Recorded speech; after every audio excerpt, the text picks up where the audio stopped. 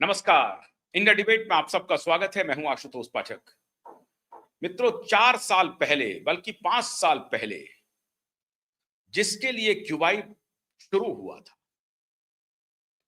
आज उसके फैसले का दिन है। और जो फैसला हम आपके सामने लेके आ रहे हैं वो अद्भुत और अकल्पनीय है। किसी को भरोसा नहीं था कि ये फैसला भी आ सकता है। इतने बड़े रसूखदार लोग और भारत में ये फैसला है। ध्यान रहे, ये फैसला अमेरिकी कोर्ट में नहीं है, ये फैसला ब्रिटिश कोर्ट में नहीं है, ये स्वीडिश कोर्ट में नहीं है, ये फ्रेंच कोर्ट में नहीं है, ये चाइनीज कोर्ट में नहीं है, ये रशियन कोर्ट में नहीं है, ये जर्मन कोर्ट में नहीं है, ये भारत की अदालत में हो सकता है। इसीलिए न्याय व्यवस्था पर पूरा भरोसा रखना चाहिए। कुछ जज होते हैं जो इस व्यवस्था को तार-तार करते हैं, कुछ वकील होते हैं जो इस व्यवस्था को तार-तार करते हैं, और ये सब मिलकर के हमारे इंस्टीट्यूशन को गुमराह करते हैं, अदालत को गुमराह करते हैं, सरकार को गुमराह करते हैं। गुमराह करने की तो ये हालत हो गई कि प्रधानमंत्री तक को फंसाने की कोशिश की गई। स्वास्थ्य मंत्री इसमें कैरिड अवे हो गए, और सारी एक मशीनरी जो थी, पूरी पूरी ग्लोबलिस्ट माफिया की जो एक मशीनरी थी, वो दुनिया भर की सरकारों को गुमराह किया, दुनिया भर की सरकारों को, खाली भारत सरकार को नहीं। और इसमें दुनिया भर के अपोजिशन शामिल थे। ये इतिहास की पहली घटना है जिसमें सरकारों को एक प्रकार से घेरा गया कि अगर तुम ये नहीं करोगे तो मरोगे, और अगर ये करोगे तो मरोगे। मतलब हर तरफ से दुनिया भर की सरकारों को घेरने की षड्यंत्र की गई, और उसी षड्यंत्र में हमारे देश में भी बहुत कुछ हुआ। मैं आज फिर दोबारा कह रहा हूं, हम अपने देश के प्रधानमंत्री को फिर एक बार बेनिफिट ऑफ डाउट दे रहे हैं। क्यों? क्योंकि ये जिम्मेदारी अपोजिशन की थी। अपोजिशन ये कहता कि प्रधानमंत्री जी यहां आप गलत कर रहे हैं, प्रधानमंत्री जी यहां आप गलत कर रहे हैं। नहीं, वो तो प्रधानमंत्री को फंसाना चाहते थे, सरकार को फंसाना चाहते थे कि ये अच्छा मौका है, यही मौका है जब मोदी को हटा दो, यही मौका है जब सरकार को निपटा दो। और ऐसी मजबूरी में फिर सरकार के पास कोई चारा नहीं था। एक ही नैरेटिव थी कि हमें जनता को राहत देनी है, और जनता को राहत देने के नाम पर सरकार समझ नहीं पाई कि ये इंटरनेशनल माफिया किस तरह से दुनिया भर की सरकारों को घेर रही है। सिर्फ भारत नहीं, दुनिया भर की सरकारें घिर गई। ये मामला है कोविड का, मित्रों। और अब मुंबई हाई कोर्ट ने एक ऐसा फैसला दिया है जो मैं समझता हूं हमारे देश के सरकार के लिए भी राहत की बात होगी। और सरकार अब तेजी से उन माफिया के खिलाफ इन्वेस्टिगेशन शुरू करेगी, क्योंकि दुनिया भर की सरकारें इन्वेस्टिगेशन को शुरू कर रही हैं। और वो अपोजिशन के नेता जो धूर्तता कर रहे थे, झूठ बोल रहे थे, मक्कारी कर रहे थे, अपनी देश की आवाम के साथ मक्कारी कर रहे थे, उस माफिया के साथ मिलकर के नैरेटिव सेट कर रहे थे, वो सारे अपोजिशन के नेता अब धीरे धीरे एक्सपोज होंगे। और हमें उम्मीद है कि भारत सरकार इस फैसले के बाद कड़ा रुख अख्तियार करेगी, और जिन्होंने सरकार को गुमराह किया, जिन्होंने सरकार को घेरने की कोशिश की, सरकार को बदनाम करने की कोशिश की, उनके खिलाफ अब कार्रवाई अब अवश्यंभावी हो चुका है। बहुत सारे लोग हैं जो सरकार के अंदर, ये ग्लोबलिस्ट माफिया के लोग बैठे हुए हैं, वो सरकार को गुमराह करते रहते हैं। और इसीलिए हमारी ये नैतिक जिम्मेदारी है कि अपने देश की सरकार को ये बताएं कि देखिए, आपके सिस्टम के अंदर ग्लोबलिस्ट माफिया के लोग पैर जमाए बैठे हैं, उनको पहचानने की आवश्यकता है, बड़े पैमाने पर पहचानने की आवश्यकता है। अब सरकार आहिस्ता आहिस्ता पहचानेगी। जिस आदेश की बात मैं आज कर रहा हूं, उसे जब आप देखेंगे और सुनेंगे तो आपके नीचे से भी जमीन खिसक जाएगी। मुंबई हाईकोर्ट ने एक फैसला दिया है, बिल गेट्स के खिलाफ फैसला है, आधार पूनावाला के खिलाफ फैसला है। वो फैसला क्या है, आज इसके समझने के लिए नीलेश ओझा जी, हमारे कानूनी योद्धा, जो इस लड़ाई को लगातार अनवरत, और मैं सैल्यूट करता हूं नीलेश ओझा जी को, जिस तरह से उन्होंने लड़ाई लड़ी है, ये निश्चित रूप से अविस्मरणीय रहेगी। मानव इतिहास में आपका नाम स्वर्णाक्षरों में लिखा जाएगा। नीलेश जी, स्वर्णाक्षरों में। सारी दुनिया की बगावत लेकर के आप ये लड़ाई लड़ रहे थे। पूरी दुनिया, पूरी मानवता आपके प्रति ऋणी रहेगी। हम तो बटौर मीडिया इस मुद्दे को उठा रहे थे, लेकिन आप अदालत की शरण में, कानून के दायरे में इस देश को बचाने के लिए, मानवता को बचाने के लिए जो लड़ाई आपने लड़ी है, मैं उसके लिए आपको सैल्यूट करता हूं नीलेश जी। अब जो ये फैसला आया है, विस्तार से बताइए।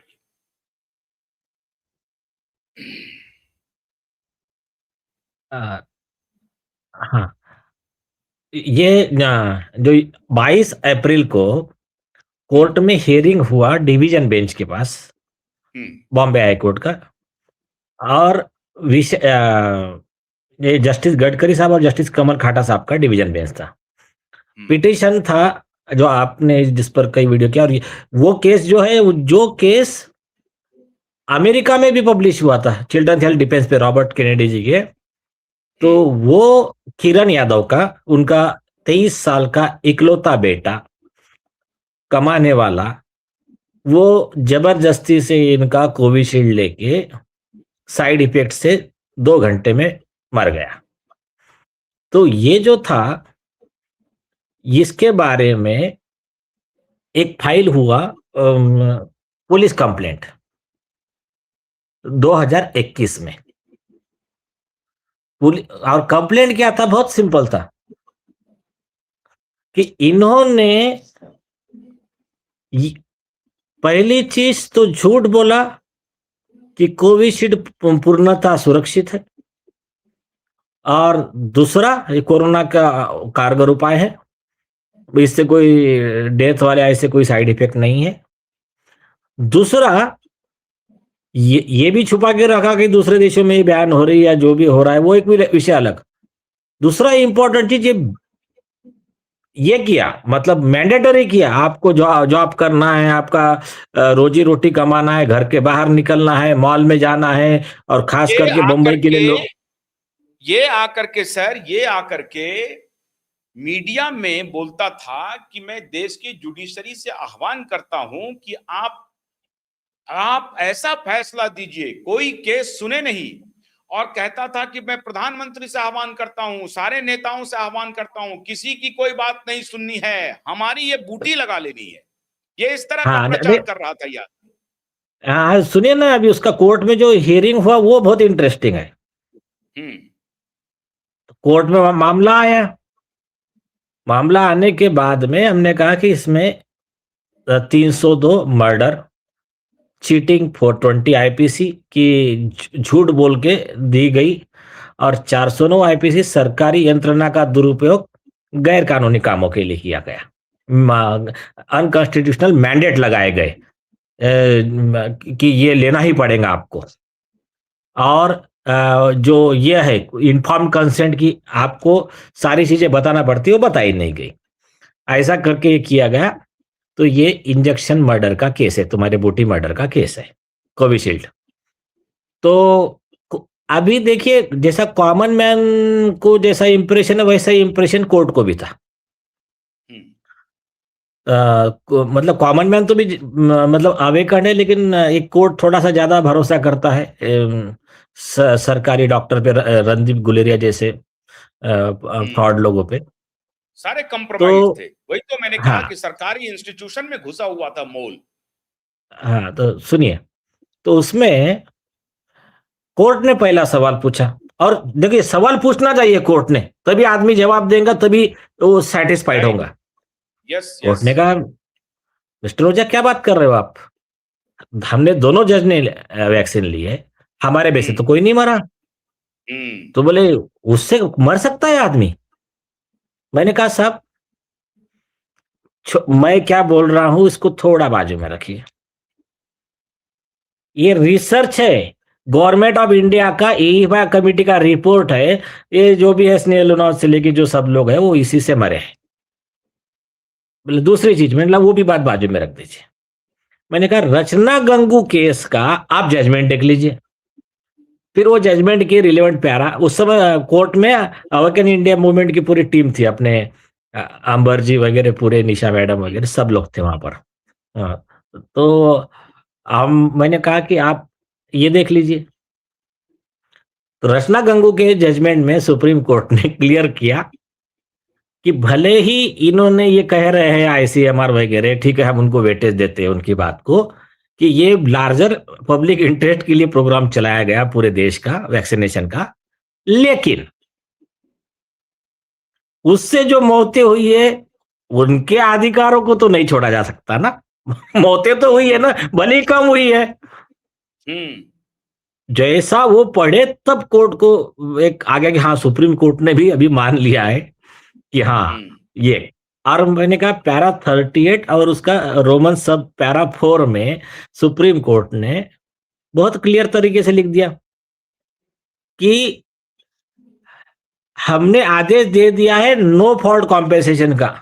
जिन जिन लोगों को वैक्सीन लेने के बाद में मौत हुई सबको कॉम्पेंसेशन मिलेगा, एक नो फॉल्ट जो भी अमाउंट अभी सरकार तय करेंगी, 5 लाख 10 लाख जो भी करेगी।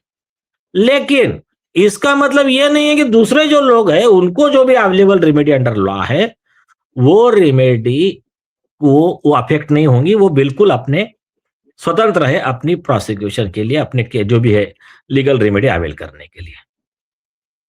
तब फिर कोर्ट के ख्याल में पूरा पिक्चर आ गया और मैंने कहा कोर्ट को, मुझे मतलब इसके पहले इंडिविजुअल, एक मिनट, मतलब इंडिविजुअल राइट अगर कहीं पर खत्म हुआ है तो उसको जुडिशियल रेमेडी पाने का अधिकार है, ये कोर्ट ने कह दिया। हाँ, और ये सुप्रीम कोर्ट है, सरकार जो सुप्रीम कोर्ट कॉम्पनसेट करती है वो पॉलिसी बनेगी। सुप्रीम कोर्ट का ये हाँ ऑर्डर है। हाँ, सरकार जो अपनी पॉलिसी बनाती है कॉम्पनसेशन का वो अलग बनेगी। वो इंडिविजुअल नो अपने फॉल्ट। रेमेडी के लिए फाइट कर सकता है। हाँ, और सुप्रीम कोर्ट का आदेश क्या है, नो फॉल्ट कॉम्पेंसेशन। मतलब हम्म तुम्हारा वो प्रूव हो जाए नहीं हो जाए, वैक्सीन से हुआ नहीं हुआ, कुछ नहीं, जिन्होंने वैक्सीन ली जिनकी मौत हुई एज ए रूल कॉम्पेंसेशन देने का उनको खत्म विषय। बाप रे, ये तो बहुत, मतलब अब उसका हाँ वो उसके लिए जिम्मेदार हो चाहे नहीं हो, आपको कंपनसेशन देना हाँ, पड़ेगा। कॉम्पेंसेशन देना पड़ेगा, क्लियर कर दिया सुप्रीम कोर्ट ने। हम्म दूसरा वर्ड उन्होंने क्लियर किया, जो पॉइंट पे ये गुमराह कर रहे थे लोगों को सरकार के अधिकारी, उस पे एक यहाँ का भी मध्य प्रदेश हाईकोर्ट का एक जजमेंट है और वही पॉइंट सुप्रीम कोर्ट ने भी लिखा। उसमें क्या लिखा कि एडवर्स इफेक्ट फॉलोइंग इम्यूनाइजेशन, मतलब आपको वैक्सीन दी, वैक्सीन देने के बाद में कुछ भी एडवर्स इफेक्ट हुआ हम्म तो जरूरी नहीं कि उसका कॉज ये वो प्रूव हो। ये डब्ल्यूएचओ के गाइडलाइंस भी है, उसको मानते हुए हाई कोर्ट ने पोलियो के इसके साइड इफेक्ट के लिए 25 लाख रुपए कॉस्ट लगाया था, कॉम्पेंसेशन दिया था। और सुप्रीम कोर्ट ने वही लाइन कोर्ट कर दिया है अभी। मतलब ये जो गुमराह करते रहते ना, अभी साबित हुआ अभी साबित नहीं हुआ, कोर्ट बोला हाँ, ये नहीं, देखिए ना, मीडिया रूल मैनेज बहुत करके, सिंपल है। मीडिया के दलालों को मैनेज हाँ करके ये करते थे। हाँ, कि अगर वैक्सीन लेने से पहले वो आदमी स्वस्थ था, उसकी मेडिकल रिपोर्ट क्लियर है, वैक्सीन लेने के बाद कुछ भी साइड इफेक्ट होता है वो एईएफआई में आता है, बाद में फिर उसको आगे क्या रिसर्च होगा। मुझे इतना बताइए, ये तो मतलब झूठ कैसे साबित होते हैं सरकारी अधिकारी, आईसीएमआर, वो तुम्हारा डीसीजीआई का डॉक्टर वीजी सोमानी, बाद में आपका रणदीप गुलेरिया, ये सब लोग आरोपी है इसमें। तो ये सब लोग क्या, इन्होंने क्या किया, इंटरव्यू दिया। वो विजय सोमानी कहते हैं कि 110% सेफ है, मतलब ऐसा भी नहीं 100। अब ये बात इंडियन एक्सप्रेस ने छापा, सारे न्यूज में आई, मीडिया में, वही हमने कंप्लेंट में लिखा है, वही कोर्ट के सामने बताया। दूसरा, रणदीप गुलेरिया पूर्णतः सुरक्षित है, आपको लेना ही पड़ेगा, इसका फायदा है।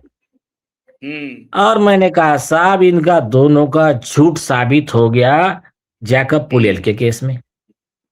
जैकब पुलियल के केस में, ये मैं पहले के डेट की हियरिंग का बता रहा हूं, तो जैकब पुलियल के केस में सुप्रीम कोर्ट ने एक सवाल पूछा, ऑर्डर में आ गया सब।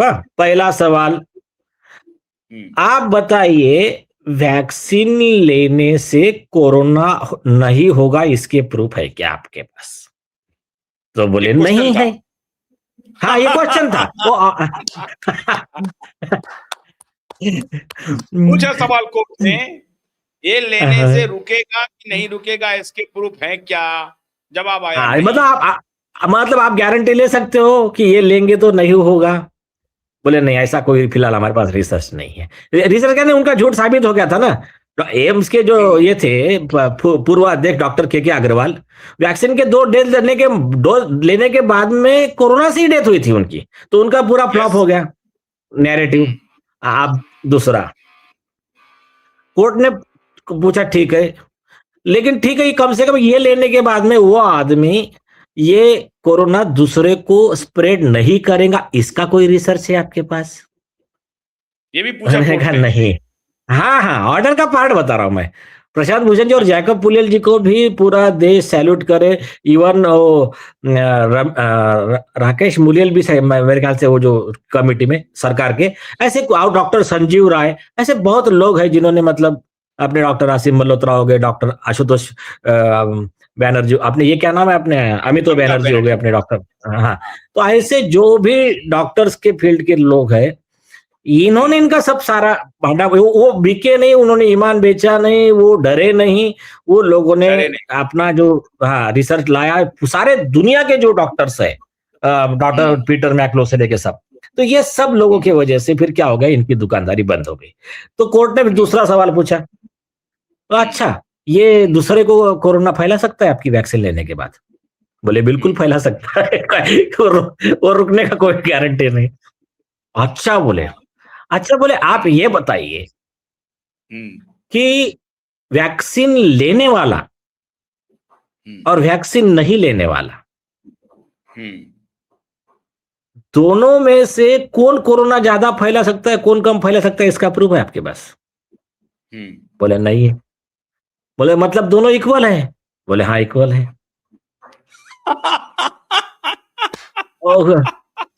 अब तो मोदी का डंडा चलेगा इनके ऊपर, पक्का मान के चलिए। गुमराह किया था हमारी सरकार। हाँ, आगे सुनिए। उन्होंने कहा अच्छा ठीक है, बताइए कि जब दोनों इक्वल है तो आप किस आधार पर ये वैक्सीन मैंडेटरी कर रहे हो, और जो नहीं ले रहा है उसको आप मॉल में आने से, इधर आने से, उधर आने से रोक रहे हो? बताओ। सरकार चुप। बाद में प्रशांत भूषण जी ने और डॉक्टर जैकब पुलियल की तरफ से जो रिसर्च दिया, उसमें उन्होंने बहुत इंटरेस्टिंग बात बताया। तो बोले फिर फर्क क्या है वैक्सीन लेने वाले में, नहीं लेने वाले में? तो बोले कुछ नहीं साहब, फर्क सिर्फ इतना है कि वैक्सीन लेने वाले के मरने के चांस ज्यादा है साइड इफेक्ट से, और नहीं लेने वाले के मरने के चांस कम है।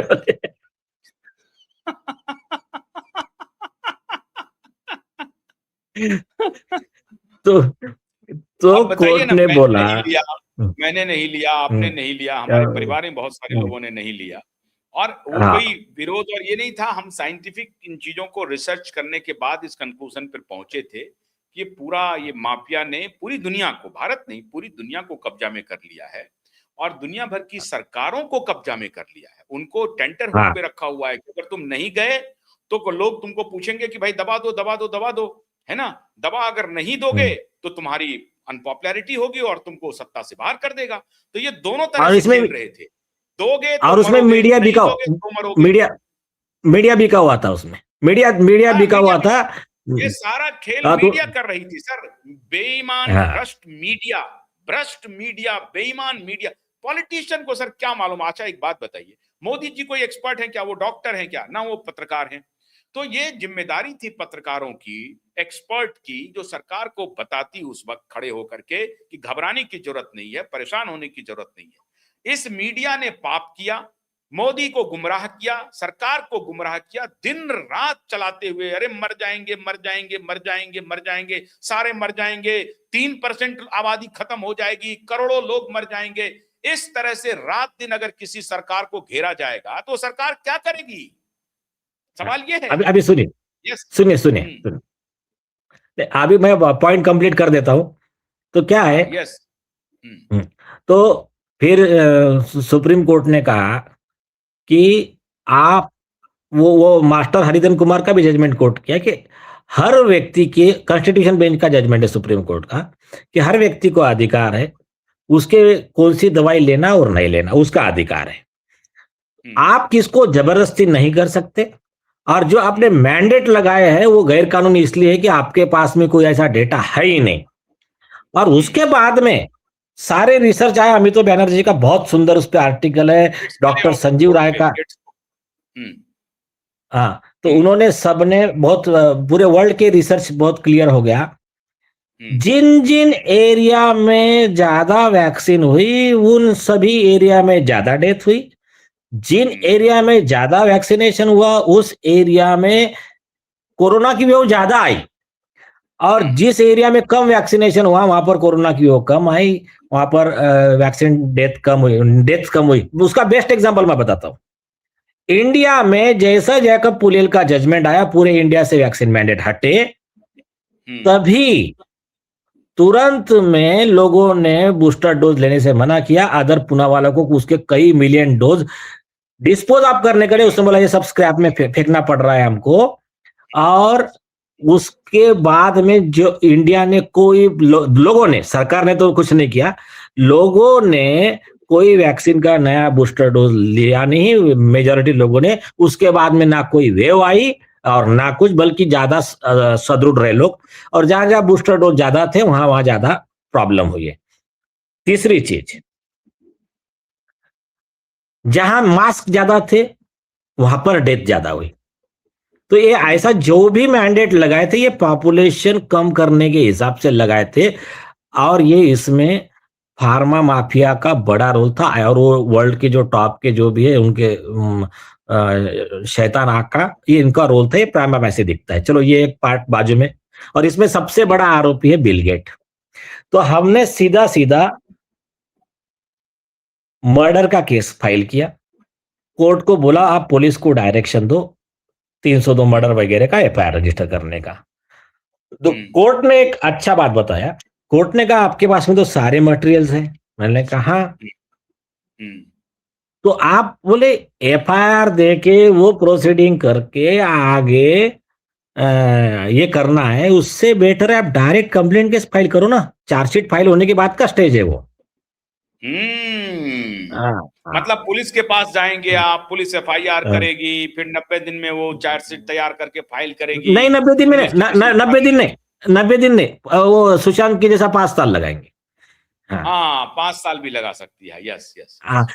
90 दिन कब मालूम है क्या? जब आरोपी अरेस्ट हो गया, आदर पूनावाला अरेस्ट हो गया, बिल गेट अरेस्ट हो गया, तो 90 दिन में चार्जशीट देना पड़ता है। तो राइट।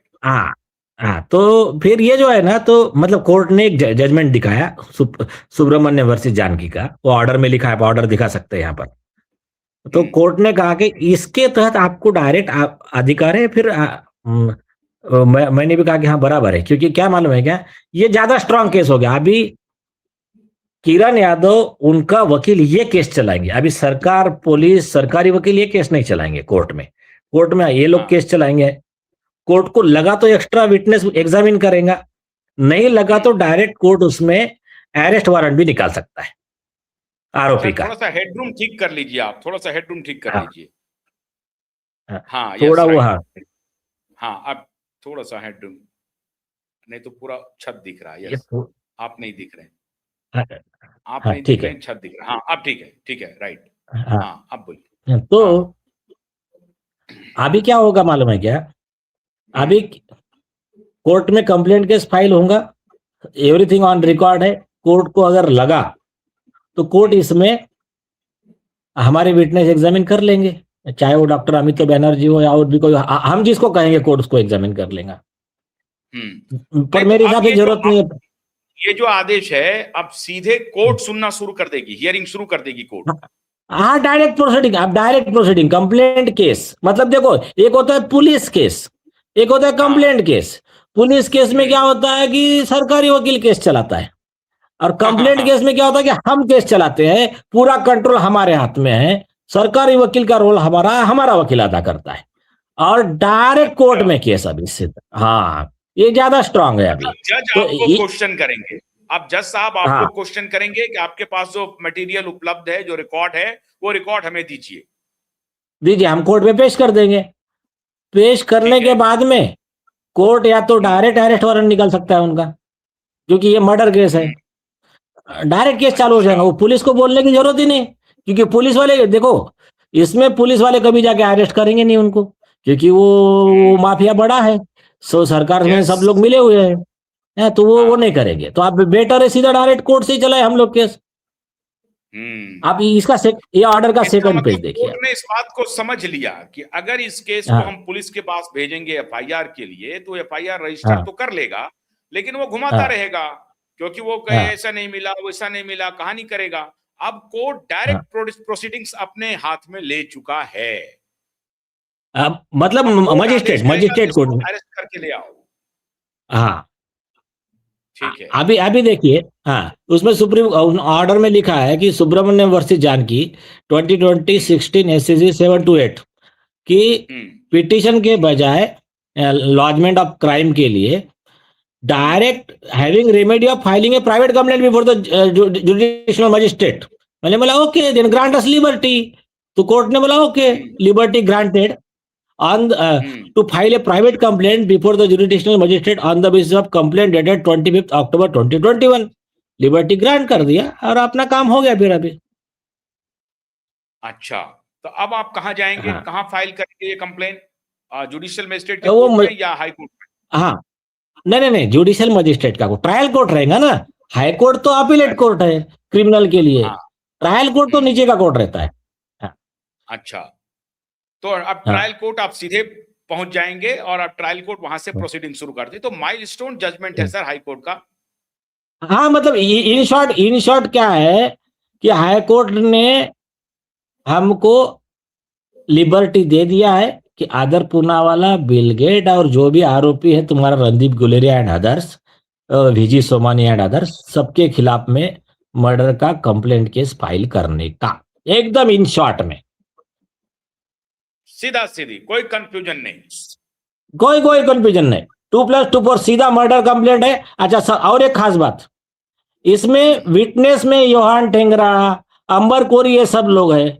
आप तो ये डिवीजन बेंच का ऑर्डर आ गया। अब तो आदर पूनावाला का वो सिंगल बेंच का जो जस्टिस रियाज चागला का ऑर्डर है कि वो तो अभी यही हो गया। अभी उसका रिकॉल लगाएंगे हम लोग अभी। हाँ, जस्टिस छागड़ा का तो संबंध है ना उससे, आधार पूनावाला से कोई फैमिली रिलेशन भी है शायद।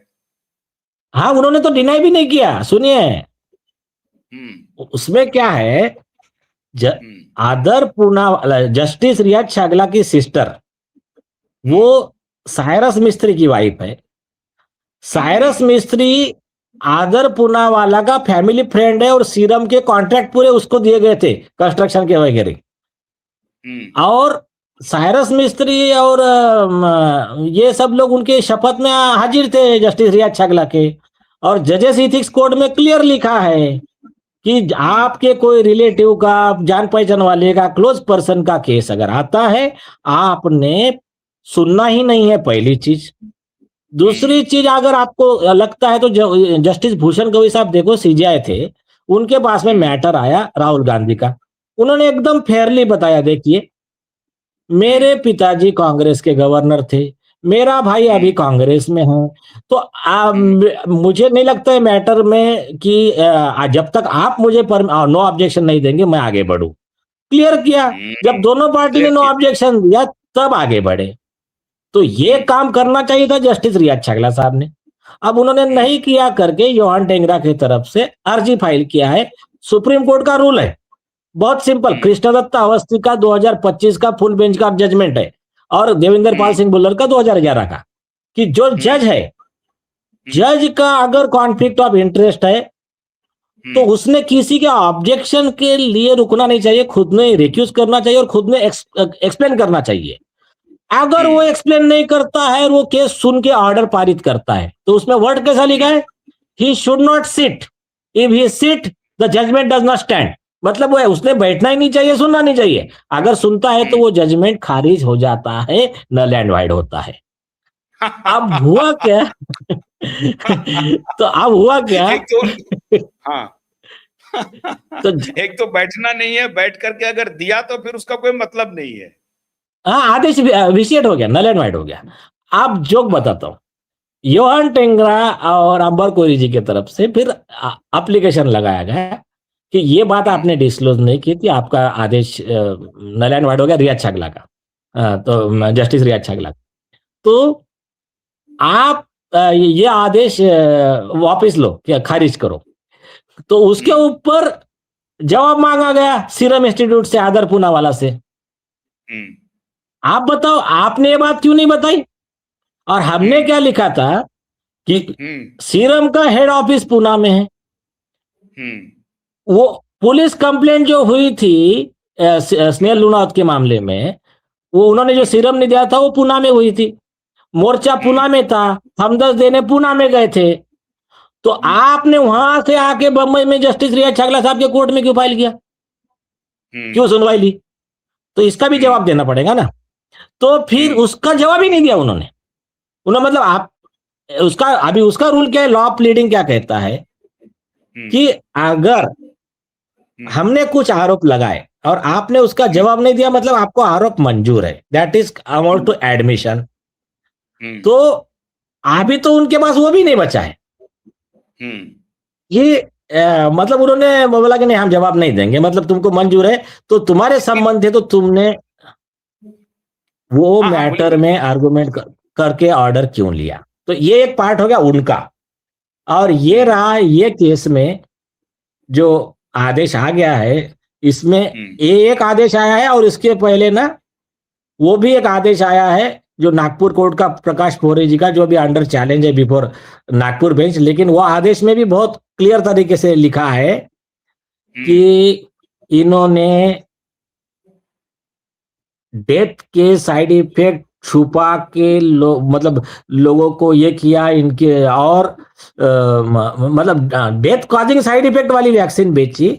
और जब उनके ऊपर आरोप किए गए तो इन्होंने कोर्ट को भी गुमराह किया और कोर्ट में झूठा एफिडेविट दिया करके इनके खिलाफ प्रोसिक्यूशन ऑर्डर हुआ है, आदर पूनावाला, साइरस पूनावाला एंड अदर्स। आप दूसरी चीज, इनकी एक जो प्रकाश पोरी जी का दूसरा ये है 12 लाख करोड़ वाला सूट है, जिसमें नोटिस इश्यू हुई इनको, इनकी प्रॉपर्टी अटैच क्यों नहीं करना, ये वाले ग्राउंड पे। तो उसमें तो बहुत क्लियर लिखा है, देखो ये क्या करता है मालूम है क्या?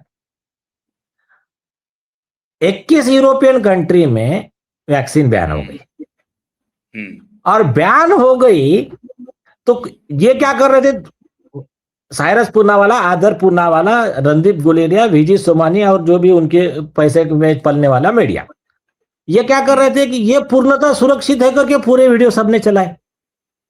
लेकिन ये बैन हो गई, ये वीडियो किसने नहीं चला, ये न्यूज किसने नहीं चलाया, और ये खुद मार्केटिंग कर रहे थे, साइरस पूनावाला मार्केटिंग कर रहा है कि बूस्टर भी लो।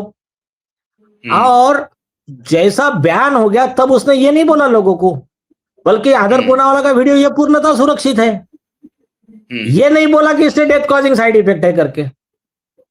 स्नेहल लूनावत का इसमें इन्होंने क्या बोला कि ये नहीं, हमारे इससे साइड इफेक्ट होता ही नहीं। बाकी गवर्नमेंट ऑफ इंडिया की इंक्वायरी कमेटी ने बोला कि नहीं, इसी से मरी है ये तुम्हारे कोविशील्ड से।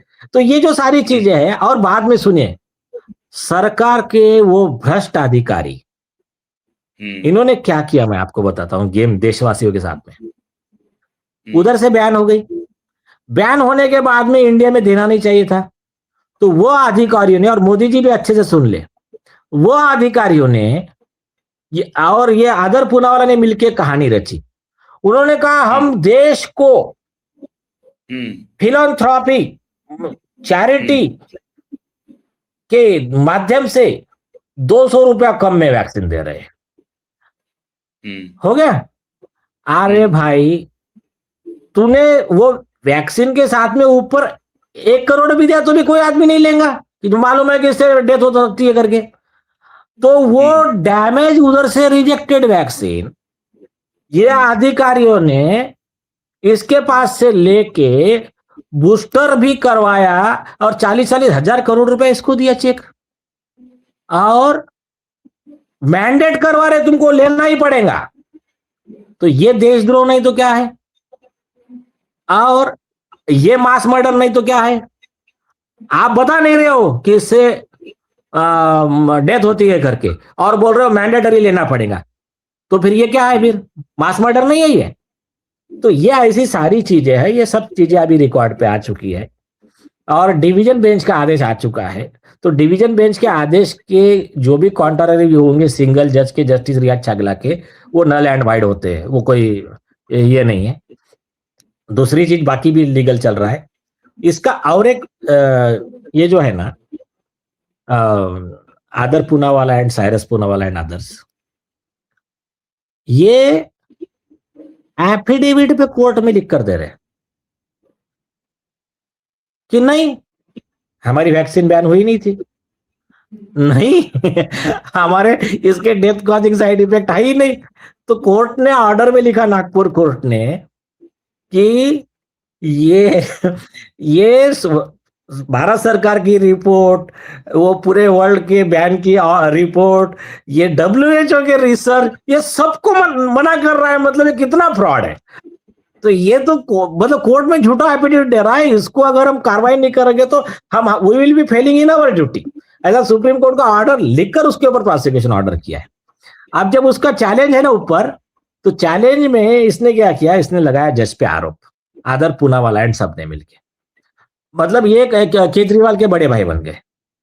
इन्होंने बोला कि जिस जज ने आदेश दिया, उनके लैंग्वेज देखो, जिस जज ने आदेश दिया, इन शॉर्ट में वो जज प्रकाश पोहरे जी से मिला हुआ था, उन्होंने उनको खुश करने के लिए ये आदेश दिया। वो जज को लॉ का नॉलेज कुछ है नहीं। इस तरह के आरोप उन्होंने किए एफिडेविट पे।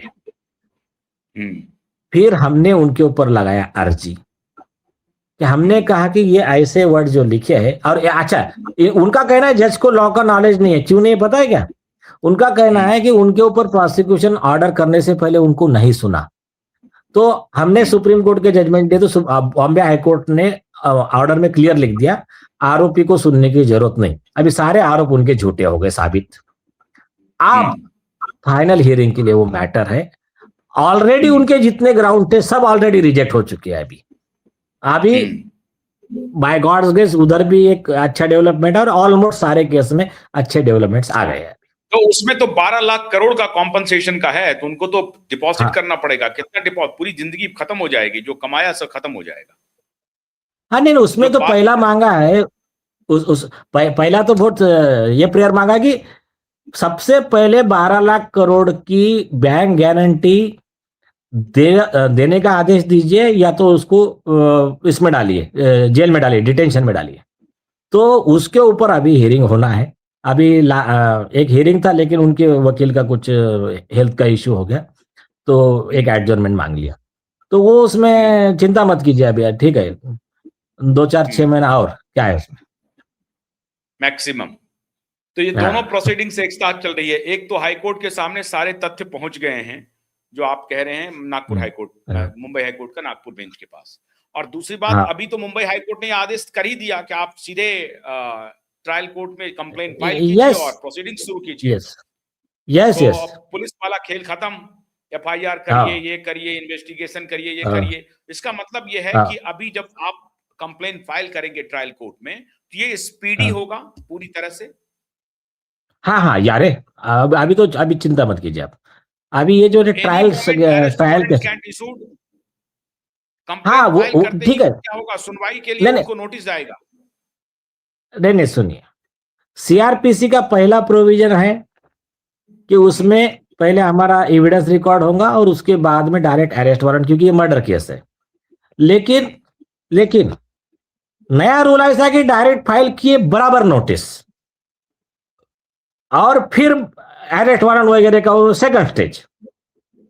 तो ऐसा है, दोनों में से कोई भी कंडीशन में अपने को प्रॉब्लम नहीं, मतलब क्योंकि जवाब देंगे तो कोई बात नहीं, नोटिस का जवाब देने के लिए उनको आना पड़ेगा। झूठा जवाब दिया तो फिर परजुरी में, फिर जेल में और फंसेंगे। झूठा जवाब और फंसेंगे।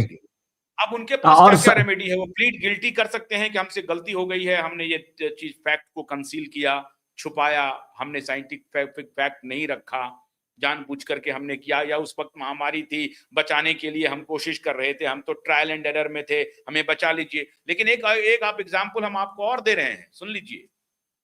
इसलिए मुझे थोड़ा संदेह होता है, और तब इनको मालूम था कि आने वाले दिनों में ये केस ओपन होगा, तो इन्होंने BNS में संशोधन करवा दिया, जिसमें न्याय संशोधन है, नहीं करवाया। आशुतोष जी सुनिए, ये हो जाएगी तो हमको कोई सजा नहीं होगी।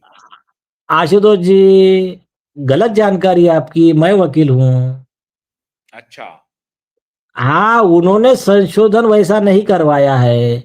मर्डर केस में कोई प्रोटेक्शन नहीं है। अगर संशोधन होता तो हमको कोर्ट परमिशन क्यों देता नीचे फाइल करने की मर्डर केस?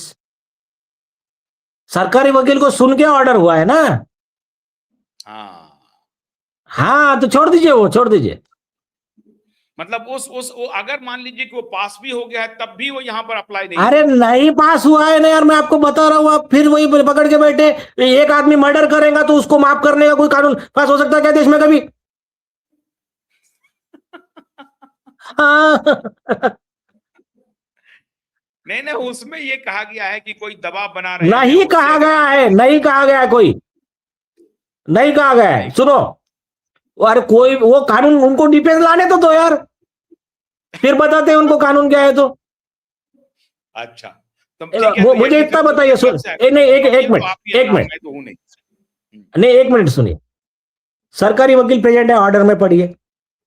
हाँ 5 साल हियरिंग हुआ केस में, 2021 से पिटीशन है। हाँ बिल्कुल। उन्होंने सारे केस लॉ दिए, हमने सारे केस लॉ दिए। हम्म। तो ये कानून रहता तो वो आर्गुमेंट नहीं करते। और ये कानून रहता तो क्या कोर्ट हमको परमिशन देता कि वैक्सीन मर्डर का आप केस फाइल करो करके? हम्म। अरे 302 में वो नहीं है, वो जो आप जो कह रहे हैं ना, वो हाँ। कॉस्मेटिक्स एक्ट में उसमें करवाया है उन्होंने अमेंडमेंट, इसमें नहीं करवाया है। आईपीसी अच्छा बीएनएस। हाँ, तो अच्छा। समझे क्या? तो वो नहीं जो समझ जिस नहीं स्कूल में सर, पढ़ते हैं वकील ना। आप ही हैं, मैं ये समझ गया। हम्म, तो, नहीं, क्लैरिटी हो गई ना, जनता को क्लैरिटी, अभी गुमराह कर देने के, सरकार को बदनाम करने वाले बहुत सारे लोग रहते हैं कि अरे इन्होंने हाँ तो हाँ, एक्ट ये करवा दिया, ये करवा दिया उसको बचाने के लिए। ऐसा कुछ भी नहीं है। नहीं नहीं, वो छोड़ दीजिए ना, ये केस में नहीं बचा। अभी तो आपने हाई कोर्ट से डिवीजन बेंच से लिबर्टी ले लिया, आप क्या बचा उसमें? अब डिवीजन बेंच का लिबर्टी है ये। तो बहुत हाँ। बड़ी सफलता नीलेश जी, आप मानवता के लिए इतना बड़ा काम कर रहे हैं। और सबसे बड़ी बात यह है कि सरकार को आज, मेरे ख्याल से आज का शो हमारे प्रधानमंत्री को, हमारे देश के स्वास्थ्य मंत्री को जरूर देखना चाहिए। इसमें उनकी गलती बिल्कुल नहीं है। उनको जो माफिया ने गुमराह किया, जो डॉक्टरों ने, जो ब्यूरोक्रेट्स ने, जो टेक्निकल एडवाइजरी कमेटी थी उसमें जो बैठे हुए गेट्स के आदमी, उसमें बैठे हुए गेट्स के आदमी हैं, मिलिंडा गेट्स फाउंडेशन के लोग वहां बैठे हुए हैं, डब्ल्यूएचओ के लोग वहां पर बैठे हुए हैं। तो उनको अब पकड़ पकड़ करके हमारे प्रधानमंत्री जी को सीधा पकड़ना चाहिए, गिरेबां पकड़ना चाहिए उनको, और उनको कहना चाहिए कि तुमने जो ये काम किया, ये जो पाप किया है, इसका अब तुम्हें हिसाब देना पड़ेगा। ये प्रधानमंत्री साइंटिस्ट नहीं है, प्रधानमंत्री डॉक्टर नहीं है, ये तुमको बताना था ना, तुमने क्यों नहीं बताया? पकड़ो। अब इनको, मेरे ख्याल से, मुझे लगता है आज के बाद प्रधानमंत्री जी का डंडा जरूर चलेगा। अब पक्का मान के चलिए। और ये पूना वाला तो गए, पूना वाला तो पूना चले जाएंगे। अब ये कितना भी पैसा फेंक लें, अब इनका पैसा काम चलेगा नहीं। 12 लाख करोड़ का ऑर्डर अलग आ रहा है, तो ये मामला तो अब पकड़ा गया मामला। तो 5 साल के बाद ही सही, लेकिन आपके इस डिसीजन को मैं समझता हूं नीलेश जी, अमेरिकी अदालत देख रही होगी।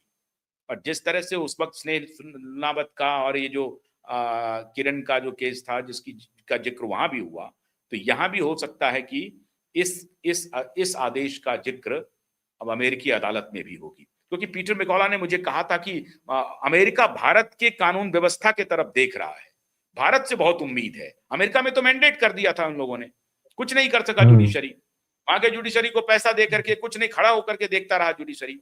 तो अमेरिका में बराबर। सारे डॉक्टर साइंटिस्ट जो लड़ाई लड़ रहे थे मानवता की, वो भारत की तरफ देख रहे थे कि भारत का जो जुडिशियल सिस्टम है उससे बड़ी आशा है। और एक बार फिर से भारत की जुडिशरी ने साबित किया कि नहीं, अभी सब कुछ खराब नहीं हुआ है। कुछ मछली जरूर खराब है, लेकिन हमारा इंस्टीट्यूशन जिंदा है, भारत का न्यायालय जिंदा है, फंक्शनल है, डंके की चोट पर फैसले दे रहे हैं, साक्ष्यों और सत्य के आधार पर, तथ्य के आधार पर। तो बहुत बहुत शुक्रिया नीलेश ओझा जी। और आप अब नए मिशन की तरफ आप आगे निकलें, 12 लाख करोड़ का भी डिसीजन लाएं। इसकी हमारी पूर्व में ही हम आपको शुभकामना देते हैं, उम्मीद करते हैं कि जल्द ही वो निर्णय आएगा। आपको बहुत बहुत शुक्रिया, बहुत बहुत शुक्रिया नीलेश जी। और अब मैं प्रधानमंत्री जी से आग्रह कर रहा हूं कि प्रधानमंत्री जी, आपके सामने सारे तथ्य हम लोगों ने रखे हैं। हम लोग कई बार आपको सूचित करते थे, बताते थे, लेकिन आपके हाथ बंधे हुए थे, इसमें कोई शक नहीं है, कोई शक नहीं है। अगर मैं भी वहां रहता या आपकी जगह पर कोई भी व्यक्ति रहता तो वही करता, क्योंकि आपको अपनी मशीनरी पर ही डिपेंड करना है, क्योंकि वही सरकार के लोग हैं। बाहर के लोगों को आप कैसे भरोसा करेंगे? अगर बाहर के लोगों को आप भरोसा कर लेते और कुछ ऊंच नीच हो जाता तो लोग सवाल करते आपसे कि देखिए साहब, ये तो उनकी बात पर चल रहे हैं। जब इनके सिस्टम में लोग बैठे हुए हैं, उनको बतला रहे हैं, उनकी बात पर भरोसा नहीं कर रहे हैं, बाहर के लोगों पर भरोसा कर रहे हैं, बाहर के डॉक्टर पर भरोसा कर रहे हैं, बाहर के साइंटिस्ट पर भरोसा कर रहे हैं। ऐसा क्यों कर रहे हैं? अपने डॉक्टर को नहीं पूछ रहे हैं, अपने साइंटिस्ट को नहीं पूछ रहे हैं, अपने ब्यूरोक्रेट्स को नहीं पूछ रहे हैं। यही लोग आपको, मैंने बहुत पहले भी बताया था कि आपको हर तरफ से घेरने की ये कोशिश करते तो मरते, नहीं करते तो मरते। दोनों तरफ से इन्होंने इस बार जो ग्लोबलिस्ट माफिया ने प्लान किया था, बहुत तरीके से प्लान किया था प्रधानमंत्री जी, बहुत तरीके से, कि किसी भी सरकार को बचने का रास्ता ही नहीं देंगे। लेकिन फिर भी मैं ये कहता हूं कि आपने कम से कम मैंडेट नहीं होने दिया, चाहे अदालत नहीं, भारत में कम से कम भारत की अदालतों ने मैंडेट नहीं होने दिया, वरना तो ये पकड़ अमेरिका में मैंडेटरी था, आपको लेना ही पड़ता, लेकिन यहां नहीं हुआ।